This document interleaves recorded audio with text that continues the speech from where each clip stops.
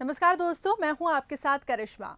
आज हम जिस विषय पे बात करने वाले हैं वो है स्टूडेंट लाइफ के बारे में। स्टूडेंट लाइफ में कौन कौन से गोल रहते हैं, साथ ही कैसे स्टूडेंट्स अपने करियर का चुनाव करें। और इस दौरान एक ऐसा दौर भी आता है जब कुछ स्टूडेंट्स जो रहते हैं वो काफ़ी ज़्यादा गुमसुम हो जाते हैं। आखिर इसके पीछे की क्या वजह रहती है, वो अपने माता पिता के साथ आखिर क्यों नहीं उस तरीके से जुड़ पाते हैं जिस तरीके से एक अभिभावक और साथ ही उनके माता पिता को अपने बच्चों के साथ कनेक्ट होना रहता है। तो ऐसी जो दिक्कतें आती हैं उसको लेकर आज हम बातचीत करेंगे और कई महत्वपूर्ण विषयों पर आज हम प्रकाश डालने की कोशिश करेंगे।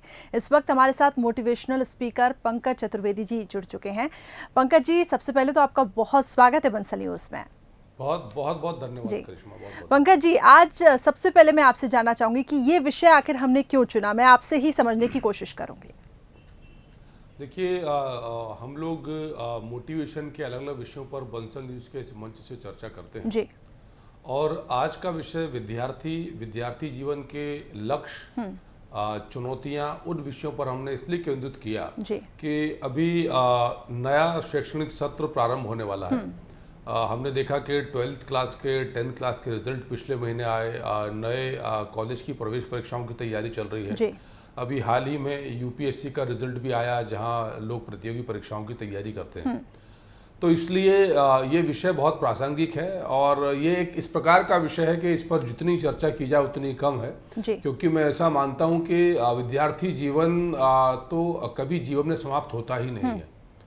और जो भी व्यक्ति स्वयं को जीवन भर के लिए विद्यार्थी के रूप में लेता है वो बाकियों की तुलना में अधिक सफल होता है। उसका कारण बहुत स्पष्ट है कि यदि हमने अपने आप को परिपक्व और पूर्ण मान लिया तो फिर गलतियों को स्वीकार करने की हमारी मानसिकता समाप्त हो जाती है। फिर हमको लगता है कि हम तो श्रेष्ठ हैं, तो हमको ये भी नहीं स्वीकार करना है कि हम श्रेष्ठ नहीं हैं, पर हमको श्रेष्ठ से श्रेष्ठतम बनने का प्रयास बराबर जारी रखना है।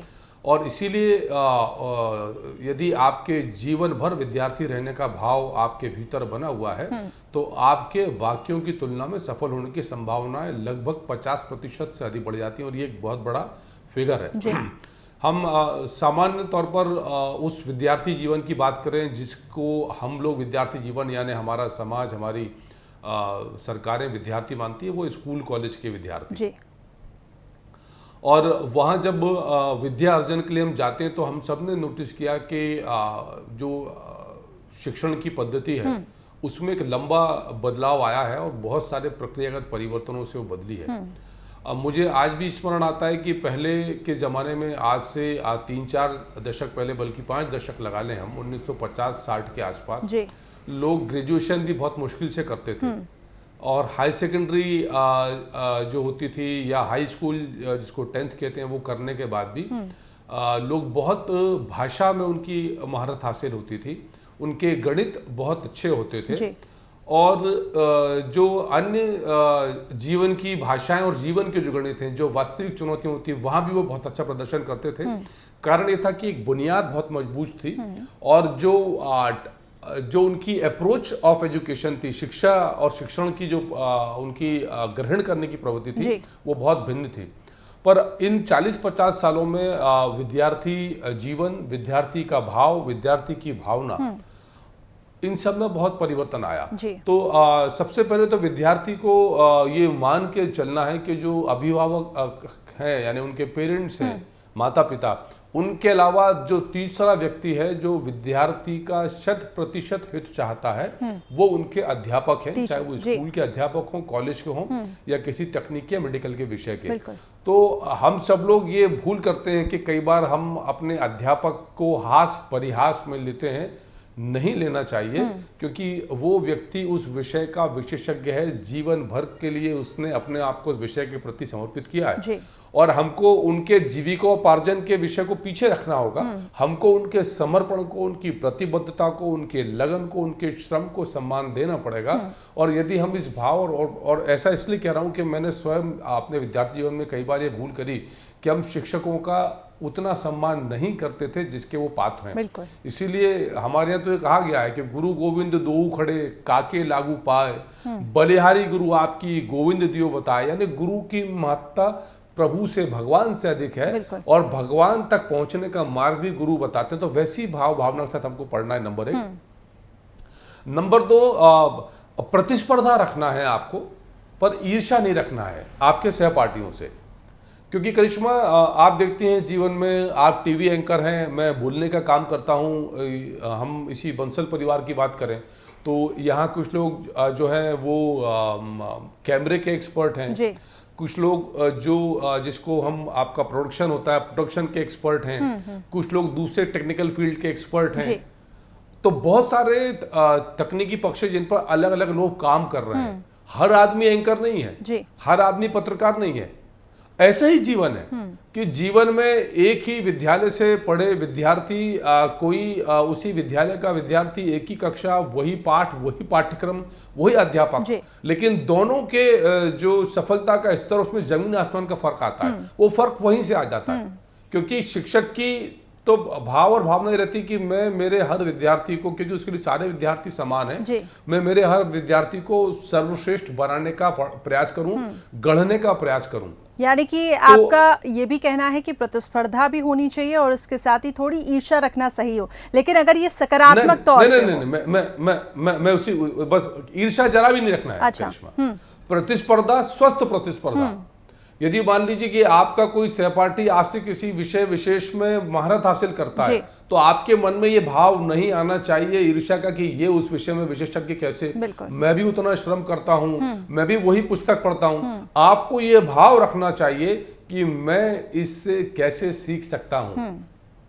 मैं उदाहरण शेयर करता हूं अक्सर कि महेंद्र सिंह धोनी क्रिकेटर, उनका हेलीकॉप्टर शॉट बहुत फेमस है, पर वो उन्होंने अपने एक ऐसे मित्र से सीखा जो उनके क्रिकेट सीखने के दौर का साथी था, और वो हेलीकॉप्टर शॉट का एक्सपर्ट था। वो व्यक्ति भारतीय क्रिकेट टीम में और वहां जगह नहीं बना पाए, पर महेंद्र सिंह धोनी ने उनसे ईर्ष्या का भाव नहीं रखा, प्रतिस्पर्धा रखी कि मैं आपसे, आपका स्वस्थ प्रतिस्पर्धा के, आपसे आपका हेलीकॉप्टर शॉट सीख कर उसका परफेक्शन करूंगा। और वो इतने जबरदस्त हेलीकॉप्टर शॉट लगाते थे कि महेंद्र सिंह धोनी साहब एज ए बैट्समैन और वो हेलीकॉप्टर शॉट एक दूसरे के पर्याय बन गए। तो ऐसे ही हमको ईर्ष्या का भाव नहीं रखना, क्योंकि ईर्ष्या का भाव नकारात्मकता का भाव है, और वो हमारे अंदर बहुत सारी ऐसी मानसिक और शारीरिक रासायनिक क्रियाएं, प्रक्रियाएं उत्पन्न करता है जो हमको भिन्न भिन्न स्तर पर हानि पहुंचाते हैं। तो स्वस्थ प्रतिस्पर्धा, ईर्ष्या का भाव नहीं रखना जी, बिल्कुल सकारात्मक तौर से आगे बढ़ना है और उसके साथ ही नकारात्मकता का भाव नहीं रखना है, क्योंकि जहां पे ईर्ष्या आई तो वहां पे आपका प्रदर्शन भी खराब होगा। हमेशा अपने आप को एक बेहतर तरीके से, एक बेहतर इंसान बनना है और साथ ही बेहतर कंपटीटर भी बनना है। एक और बात मुझे समझाएं पंकज जी, आपकी बात जो आप रख रहे थे उसको हम आगे कंटिन्यू करेंगे, लेकिन एक बात और है, जैसे कि आपने कहा कि 10वीं और 12वीं के बाद अब ये जो इंपॉर्टेंट फेज आता है, इसमें बहुत सारे विद्यार्थी ऐसे रहते हैं जो बहुत ज़्यादा कन्फ्यूज रहते हैं अपने करियर के चुनाव को लेकर, और इसके साथ ही वो अल्टीमेटली ऐसे गलत डिसीजंस ले लेते हैं कि आगे चल के उनको रिग्रेट रहता है। तो आप उन छात्रों को क्या कुछ कहना चाहेंगे? देखिए, मैं उन विद्यार्थियों से ये विशेषकर बोलना चाहता हूँ कि हमेशा जीवन में ऐसे विषय का चयन करने को प्राथमिकता दीजिए जिसमें आपको वास्तविक आनंद आता हो, जिसकी कल्पना मात्र से आपके अंदर आनंद की स्फूर्ति का आप अनुभव करते हैं। वही विषय यदि आप चुनते हैं तो आप बहुत सहजता के साथ न केवल उस विषय के साथ न्याय करेंगे, बल्कि आपके जीवन काल के साथ न्याय कर पाएंगे। और उसका कारण यह है कि यदि आपने किसी और की अभिलाषा से कोई विषय चुन लिया और आपने बहुत श्रम करके, मेहनत करके, योग्यता के साथ उस विषय को उत्तीर्ण कर लिया, उस विषय विशेष का जीविका भी आपने चुन ली, किंतु यदि आपके अंदर कहीं भी ये लेश मात्र भी ये भाव शेष है कि ये मुझे संतुष्टि नहीं है, आनंद नहीं है, एक वर्ड आता है जॉब सेटिस्फेक्शन नहीं है, तो ये सेटिस्फेक्शन जो संतुष्टि का भाव, संतोष का भाव, पूर्णता का जो भाव है, यदि इसका अभाव होगा तो आपके प्रदर्शन में भी पूर्णता का अभाव रहेगा। तो इसलिए जो भी विद्यार्थी 10वीं या 12वीं के बाद आगे विषय चयन कर रहे हैं तो कृपया इस बात का विशेष ध्यान रखें कि उनके लक्ष्य क्या हैं। और इसीलिए कहा जाता है कि लक्ष्य निर्धारण सबसे आवश्यक है।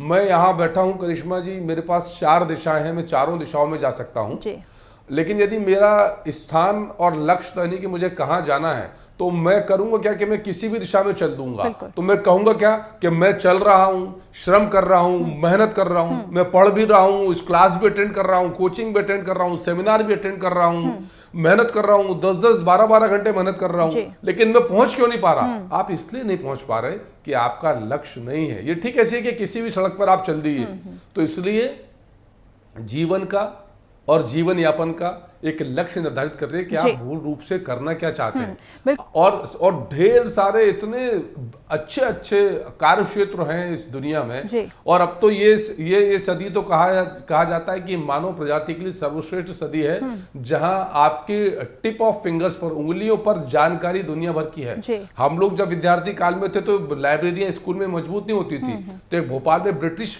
लाइब्रेरी होती थी, वहां जो अंग्रेजी मजबूत करना चाहते थे वहां जाते थे, उसकी मेंबरशिप लेते थे। नगर निगम के वाचनालय, लाइब्रेरी, पुस्तकालय होते थे, सरकार की लाइब्रेरी होती थी। आजकल तो मोबाइल पे लाइब्रेरी है। जी बिल्कुल। YouTube पे आपको बहुत अच्छे अच्छे वीडियोस मिलेंगे। तो ये सब आपके उपकरण हैं जो आपके पथ प्रदर्शक का कार्य करेंगे, तो उस तरफ आप कार्य करिए। दूसरा, लक्ष्य के साथ साथ आपको फिर आग्रह कर रहा हूं कि किसी और अन्य की योग्यता, प्रतिभा को लेकर आपको तुलना नहीं करना है, क्योंकि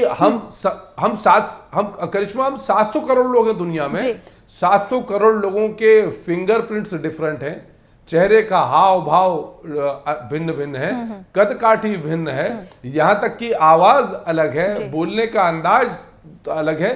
तो सब एक जैसा कैसे कर सकते हैं? अलग अलग करेंगे। तो किसी की तुलना करके अपने आप को कमजोर मत मानिए कि वो मेरे साथ पढ़ता था, वो जीवन में अमुक स्थान पर है। तो आप स्वयं अपनी सफलता की परिभाषा गढ़िए, स्वयं को परिभाषित करिए, स्वयं की परिभाषा को सुनिश्चित करिए। और यदि आप ये कर लेंगे, बहुत सरल है, और उसके लिए आपको अपने ऊपर विश्वास करना पड़ेगा। बिल्कुल, हैव फेथ इन योरसेल्फ। बिल्कुल, एक फोकस तय करना पड़ेगा, एक लक्ष्य, एक टारगेट सेट करना पड़ेगा, और उसी के अकॉर्डिंग, उसी लाइन पे आपको चलना पड़ेगा।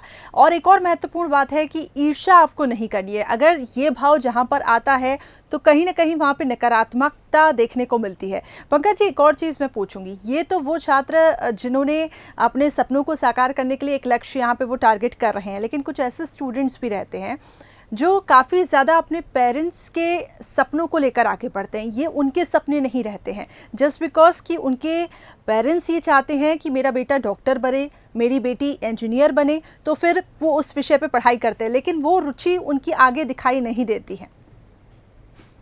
देखिए, मैंने करिश्मा जो पिछला वाक्य समाप्त किया वो कहा था कि हैव फेथ, विश्वास करिए अपने आप के ऊपर, और ये उसी विश्वास से प्रारंभ होता है। और ये हमारे यहाँ खासतौर से भारतीय परिवेश में बहुत अधिक होती हैं इस प्रकार की घटनाएं जिसका आपने जिक्र किया, कि जहाँ जो माता पिता हैं वो अपने स्वप्नों को अपनी संतान के द्वारा पूर्ति कराना चाहते हैं, और वो गलत भी नहीं है। लेकिन अब समय बदल गया, क्योंकि अब बहुत सारे अवसर, बहुत सारे विकल्प हैं। तो मेरा आग्रह उन पेरेंट्स से भी है कि हो सकता है कि आप जो जीवन में जो करना चाह रहे हो आप नहीं बन पाए हो, तो वो जो आपके अंदर अपूर्णता की भाव है उसको समाप्त करिए आप, और यही आप अपने बच्चों को ट्रांसफर करिए कि ये ईर्ष्या, और उसी का तो मैंने जिक्र किया कि मन में ईर्ष्या मत रखिए। जैसे मैं सच कहूं कि मेरे पिताजी मुझे इंजीनियर बनाना चाहते थे, लेकिन मैं इंजीनियर नहीं बनना चाहता। मैंने पिताजी से आग्रह किया कि पिताजी मैं इंजीनियर नहीं बनना चाहता, क्या करना चाहते हो? मैंने कहा मैं दूसरे क्षेत्र में जाना चाहता हूं, मैं समाज सेवा, राजनीति के क्षेत्र में जाना चाहता हूं, व्यापार भी नहीं कर सकता मैं। तो बोले नहीं, फिर कुछ तो करना पड़ेगा, कैसे करोगे? और कारण स्पष्ट था कि मेरे जो ताऊजी हैं उनके दोनों बच्चे इंजीनियर थे, और यहाँ जो मैनेट था वो MSCT का कहलाता था इंस्टीट्यूट, तो वहां वो दोनों लोग पढ़ते थे। तो मेरे पिताजी की अभिलाषा भी जागृत हुई कि मेरा बेटा भी इंजीनियर बने। तो मैंने उससे, आप समझिए कि आज से 30 साल पहले की बात कर रहा हूं, तो मैंने मेरे पिताजी से आग्रह किया और उन्होंने उस बात को स्वीकार किया, और मुझे स्वतंत्रता और स्वच्छंदता दी अपने कैरियर को चुनने की। तो आज ईश्वर की कृपा से मैं इस बात को लेकर प्रसन्न हूं कि मैं जीवन में जहां हूं बहुत आनंद में हूं, और शायद ये प्रयास करता हूं कि जो दायित्व मुझे मिला उसका निर्वहन कर सकूं। तो ऐसे सारे लोगों को विश्वास, अपने ऊपर आप विश्वास करिए कि जो आप चाह रहे हैं, जिसमें आनंद का अनुभव, स्फूर्ति कर रहे हैं, वो आप पा सकते हैं, हासिल कर सकते हैं। क्योंकि यदि वो विचार, वो विश्वास की भावना आपके भीतर आ रही है, इसका आशय यह है कि आपका लक्ष्य, आपका उद्देश्य उसी दिशा की ओर है। तो करिए उस पथ को और प्रशस्त, और बनाई ये सफलता के नए कीर्तिमान। मैं एक उदाहरण शेयर करूंगा हमारे नौजवान मित्रों के लिए कि हम सब जानते हैं अल्फ्रेड नोबल, नाम सबने सुना होगा। उनको लोग जानते हैं, नोबल पीस फाउंडेशन उन्होंने स्टैब्लिश किया और नोबल पुरस्कार की हम सब जानते हैं कि क्या महत्ता है दुनिया भर में। और उन्होंने पहले नोबल पीस फाउंडेशन बनाया, नोबल पीस प्राइज दिया और ढेर सारे अलग अलग क्षेत्रों के पुरस्कार वो देते हैं। लेकिन वो मूल रूप से क्या थे? वो डायनामाइट के आविष्कारक थे। उन्होंने, अल्फ्रेड नोबल साहब ने दुनिया में डायनामाइट का आविष्कार किया और हम सब जानते हैं कि डायनामाइट कितना खतरनाक विस्फोटक है और उसका उपयोग, दुरुपयोग, सदुपयोग जो भी कहिए वो बहुत हुआ। और संयोग से उनकी मृत्यु की खबर उड़ गई, उनके भाई की मृत्यु हुई थी और किसी अखबार में छप गया कि अल्फ्रेड नोबल साहब की मृत्यु हो गई, गलती हो गई। तो उस जमाने में इतना चीजें नहीं होती थी कि पुष्टि हो पाती। तो अल्फ्रेड नोबल साहब के खिलाफ उन्हीं की ऑबिचुअरी छपी, मृत्यु के बाद का विषय छपा और उसमें उनकी तमाम बुराइयां छपी कि इन्होंने बहुत अपार धन संपदा, अकूत दौलत एकत्रित करी डायनामाइट से, और डायनामाइट के जितने नकारात्मक प्रभाव तो उनका जिक्र किया और उनकी एक बहुत निगेटिव इमेज पेंट कर दी। उससे वो व्यतीत हुए, लेकिन उनको विश्वास था कि अभी उनका जीवन का लक्ष्य अधूरा है, काम पूरा नहीं हुआ। तो उन्होंने अपनी सारी धन संपदा और जिस डायनामाइट को लेकर उनको प्रसिद्धि मिली थी उन्होंने उसको बदला। और आज हम लोग नहीं जानते कि डायनामाइट को लेकर अल्फ्रेड नोबल साहब का नाम जुड़ता है। अल्फ्रेड नोबल साहब का नाम जुड़ता है नोबल पीस फाउंडेशन को लेकर कि दुनिया में जो विलक्षण कार्य करता है उसको दुनिया का सबसे प्रसिद्ध पुरस्कार नोबल पुरस्कार मिलता है। तो ऐसे ही आप यदि विश्वास करेंगे, निर्णय करेंगे, तो जब चाहे तब जीवन की दिशा बदल सकते हैं और दुनिया की दशा बदल सकते हैं। बिल्कुल, विश्वास होना बहुत ज़रूरी है। पंकज जी, छात्र जीवन ये एक ऐसा जीवन होता है कि इसमें आपके जो विचार आते हैं या जिन विचारों के साथ आप रहते हैं, सुनते हैं, आगे जाके भविष्य उससे ही तय होता है। कुछ ऐसे भी हमने स्टूडेंट्स देखे हैं जो ठीक तरीके से अपनी बात अपने माता पिता से नहीं रख पाते हैं। एक प्रेशर रहता है माता पिता का भी, और इसके साथ ही वो एनवायरनमेंट भी नहीं मिल पाता उन स्टूडेंट्स को कि वो अपनी बात खुले तरीके से रख सकें, और आगे जाके हम देखते हैं कि गलत दिशा में ये स्टूडेंट्स जाते हैं। तो इसके पीछे का आखिर क्या कारण है और क्या संदेश हम इस कार्यक्रम के जरिए उन लोगों को देना चाहेंगे, खासतौर से अभिभावकों को और उन स्टूडेंट्स को भी, ताकि वो एक कोशिश कर सके अपने माता पिता तक अपनी बात रखने की? देखिए, उसके लिए सबसे पहले तो वो जो भी स्टूडेंट हैं उनको अपने अंदर ये विश्वास और आत्मविश्वास दोनों उत्पन्न करने पड़ेंगे कि वो जिस क्षेत्र में, जिस दिशा में जाना चाह रहे हैं वो सार्थक होगा और सकारात्मक होगा। और यदि उनको आत्मविश्वास और विश्वास दोनों हैं, यानी फेथ और कॉन्फिडेंस, यदि दोनों उनके साथ है तो उनके लिए फिर माता पिता से बात करना, माता पिता को उस विषय और विषय वस्तु की जानकारी से अवगत कराना, उसके उस क्षेत्र के उज्जवल भविष्य की जानकारी देना, इन सब चीजों के बारे में आप अपने पेरेंट्स से इजीली बात कर सकते हैं। तो इसलिए सब कुछ इस बात पर निर्भर करता है कि आप क्या सोच रहे हैं। आपने विचारों की बात करी, लगभग 70,000 विचार एक वयस्क स्वस्थ मनुष्य के मन में दिन भर में आते हैं करिश्मा जी। ये विज्ञान बोलता है। और उन 70,000 विचारों में से 90% विचार पुराने विचारों की पुनरावृत्ति, उसके आसपास के विचार होते हैं। लगभग 10%, यानी हम 70,000 का 7%, जो 7,000 विचार हैं वो लगभग नए आते हैं, 63,000 पुराने विचार। तो आपको उन विचारों के मध्य से अपना एक नया विचार सृजित करना है, और यही तो विशेष क्षमता हम में है। अन्यथा भोजन और प्रजनन तो पशु भी करते हैं और वृक्ष भी करते हैं, पर हम मनुष्य में एक अद्भुत क्षमता है भोजन और प्रजनन के साथ सृजन, नव सृजन की जो अद्भुत क्षमता है वो हम सब में है। और इसीलिए कहते हैं कि हम कोई जो वॉक करते हैं या हम कहीं चलना शुरू करते हैं तो हम इस गलतफहमी में, भ्रम में होते हैं कि हम विजन, यानी जो हमारा दिख रहा है उससे जा रहे हैं। हम विश्वास के भरोसे चलते हैं। हमको विश्वास होता है कि मैं यहाँ से वहां तक चलूंगा तो वो मेरा लक्ष्य है, वो मेरा पथ यही है, और इससे मैं उस लक्ष्य को प्राप्त करूंगा जो मेरा पथ है, जो मैंने सुनिश्चित किया है। तो हैव फुल फेथ, और यदि फेथ होगा तो you will get a proper vision, और प्रॉपर विजन होगा तो यू विल गेट कॉन्फिडेंस, और जब कॉन्फिडेंस होगा तो you will get self confidence to rock the world, फिर आप किसी से ही बात कर सकते हैं।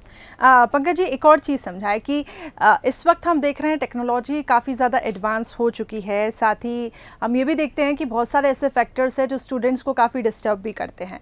हम उसके पॉजिटिव इम्पैक्ट की तो बात कर ही रहे हैं कि बहुत अच्छा स्टूडेंट्स को उसकी हेल्प मिलती है, लेकिन नेगेटिव इम्पैक्ट भी बहुत ज़्यादा हो रहा है। डिप्रेशन, एंजाइटी, स्ट्रेस, ये वो शब्द हैं जो हम पहले शायद नहीं सुनते थे, लेकिन आज के दौर में ये शब्दों के साथ साथ इसका जो इम्पैक्ट है वो स्टूडेंट्स पे पड़ रहा है, और डिप्रेशन और स्ट्रेस का वो कैसे शिकार हो जाते हैं ये उनको भी नहीं पता पड़ता, और आखिरकार वो एक ऐसा रास्ता चुनते हैं जो बहुत ही गलत रहता है और उनको एक गलत दिशा में लेके जाता है। तो इसके बारे में आप क्या कहेंगे? देखिए करिश्मा, हर समय के साथ साथ उस समय के, उस दौर के लाभ भी होते हैं और हानि भी होती है, चुनौतियां भी होती हैं, एडवांटेजेस भी, चैलेंजेस भी और एडवांटेजेस भी होते हैं। इस दौर का एडवांटेज है कि आपके पास बहुत सारी इंफॉर्मेशन है, जब चाहे तब, जहां चाहे वहां आप इंफॉर्मेशन गैदर कर सकते हैं, कलेक्ट कर सकते हैं, अमल कर सकते हैं। प्रैक्टिकली आपको ढेर सारे वीडियो, ऑडियो मिल जाएंगे एक्सपर्ट्स के जो आपको गाइड कर सकते हैं। अब चैलेंज ये कि इन्फ्लेशन ऑफ इंफॉर्मेशन है, अधिकता है जानकारी की, तो उस जानकारी के समुद्र में से, अब ये समुद्र है तो उसमें सब कुछ आपके लाभ का हो ये संभव नहीं है जी।